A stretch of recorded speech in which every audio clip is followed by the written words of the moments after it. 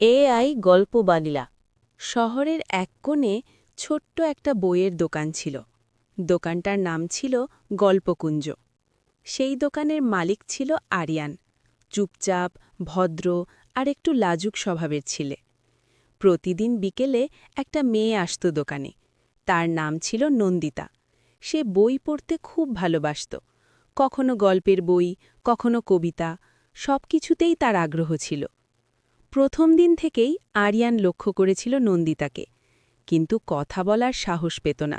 শুধু দূর থেকে তাকিয়ে থাকত, আর নন্দিতা যখন হাসত তখন মনে হতো যেন পুরো দোকানটা আলোয় ভরে গেছে। একদিন নন্দিতা এসে বলল, এই বইটা আছে? আরিয়ান একটু থমকে গিয়ে বলল, হ্যাঁ আছে। সেই ছিল তাদের প্রথম কথা।